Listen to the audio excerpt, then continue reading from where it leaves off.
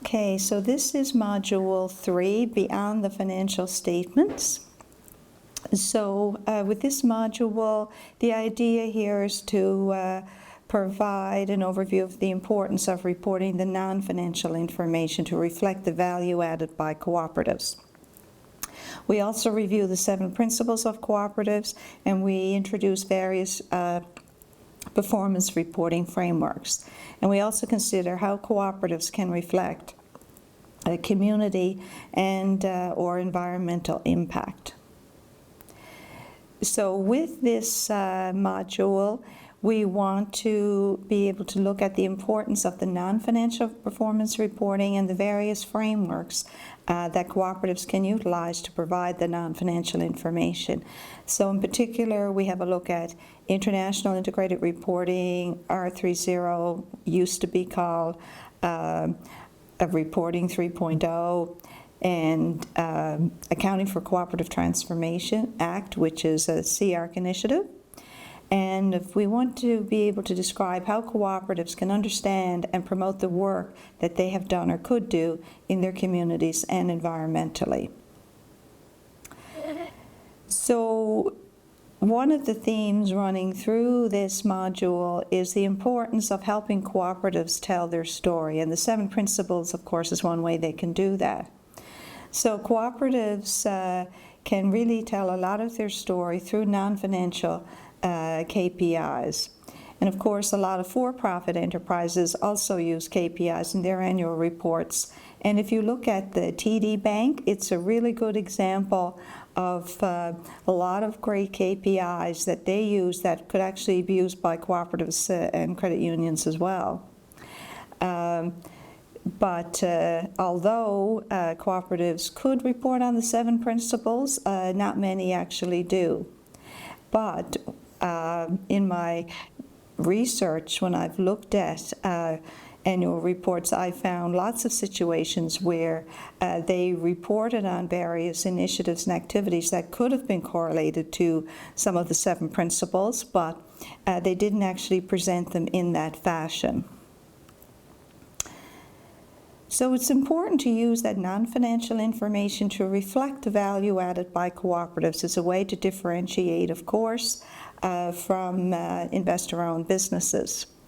There's been a wide array of frameworks that cooperatives and other businesses use: Accountability 1000, GRI, Value Added, International Integrated Reporting, R30, just to name a few.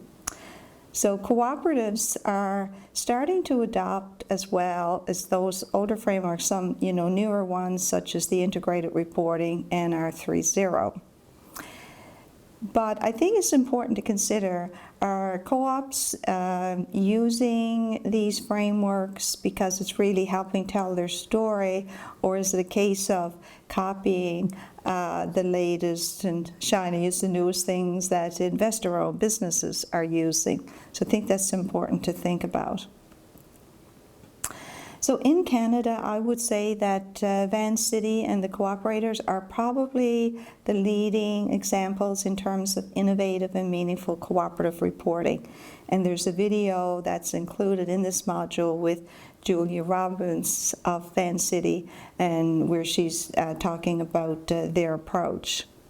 Remember, these are just frameworks. Co-ops have the option of determining what should be measured and reported.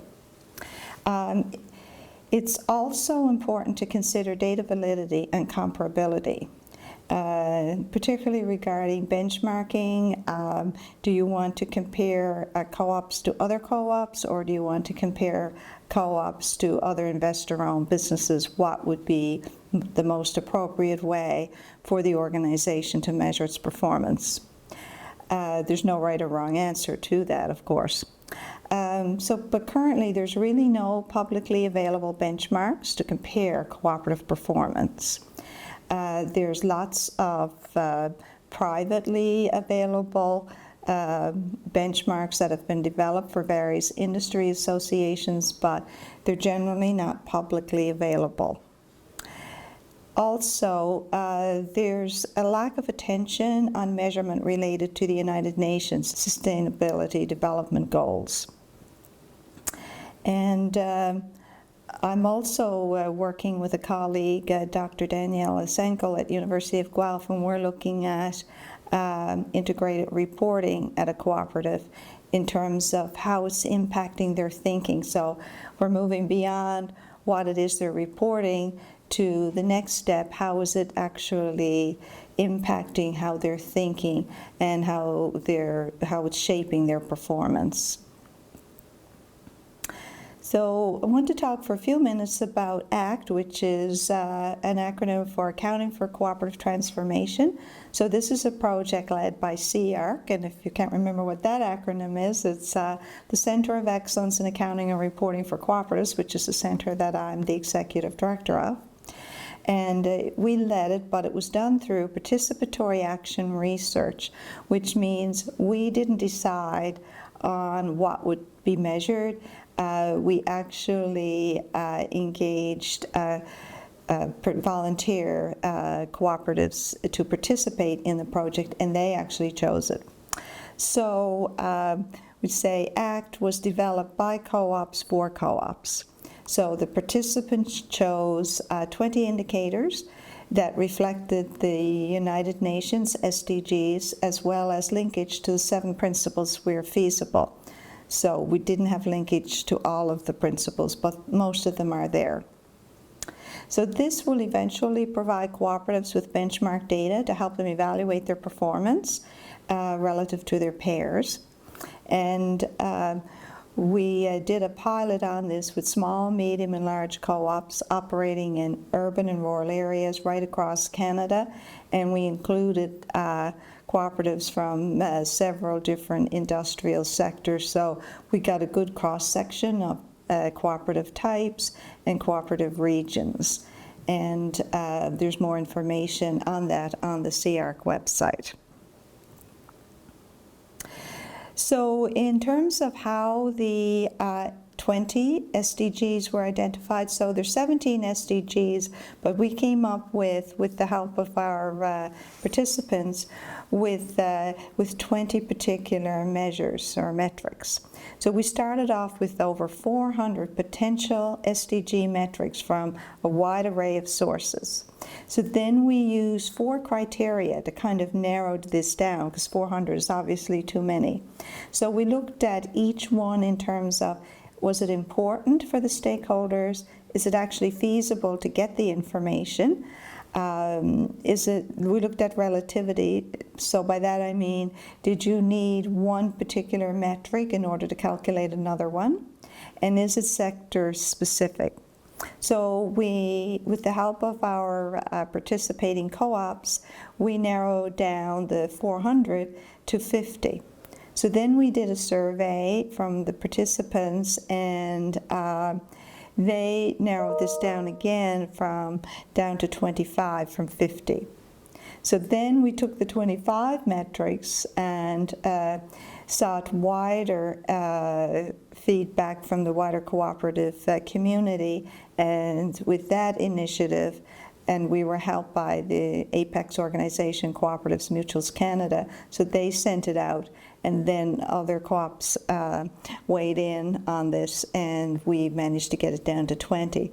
So the idea of the push to get it down to 20 was that most businesses aren't large, like, Vancity or the Cooperators.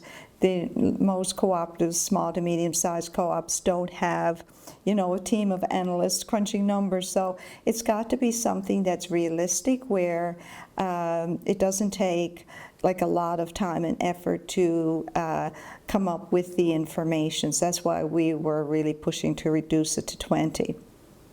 And in addition, some of the metrics that were chosen can also be linked to the 7 principles of cooperatives.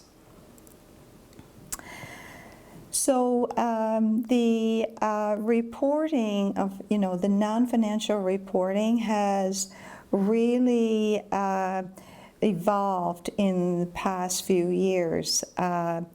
It's all of these non-financial reporting frameworks to date have been voluntary, but now they're increasingly moving towards standardization.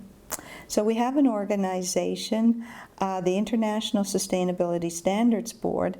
It's part of the IFRS, International Financial Reporting Standards Foundation. So they have assumed responsibility for SASB, and I'll get into that in a little bit later, but it was incorporated in the US, but has offices in Canada. So that's also an organization that provides sustainability standards.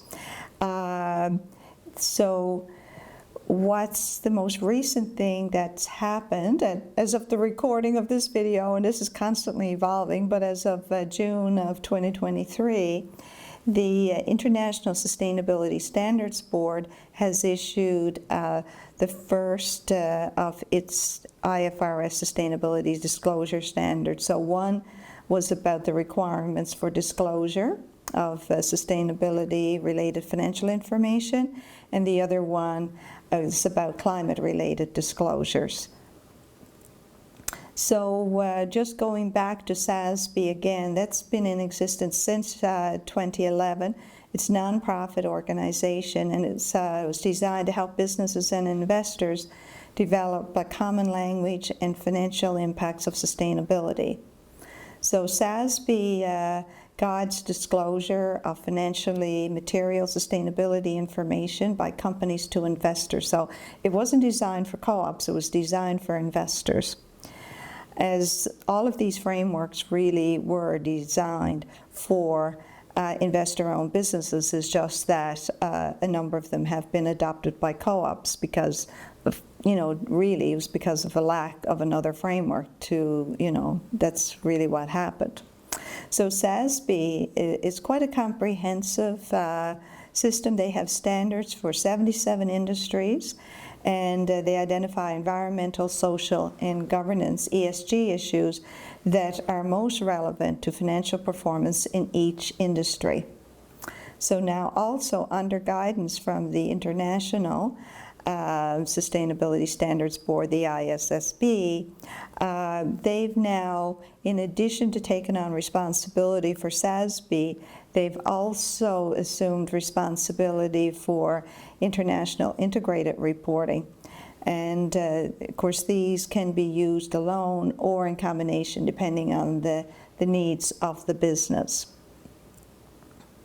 So over time, a number of these prominent standard setters have started to merge and fall under the umbrella of one particular organization. So we don't really have any mandatory reporting yet, but that's certainly coming. So for the Living Lab, for this module, would like you to identify the metrics or narrative information in your cooperative's annual report that reflect or can be correlated to the 7 principles of cooperatives and to the 17 United Nations SDGs. So the hint here, do this in table format, make it easy to follow. And also, the second part is, are there any SDG or 7 principle initiatives that your cooperative is actually doing that you're not reporting on, that's not reflected in your reporting? And if so, explain. And that concludes this module.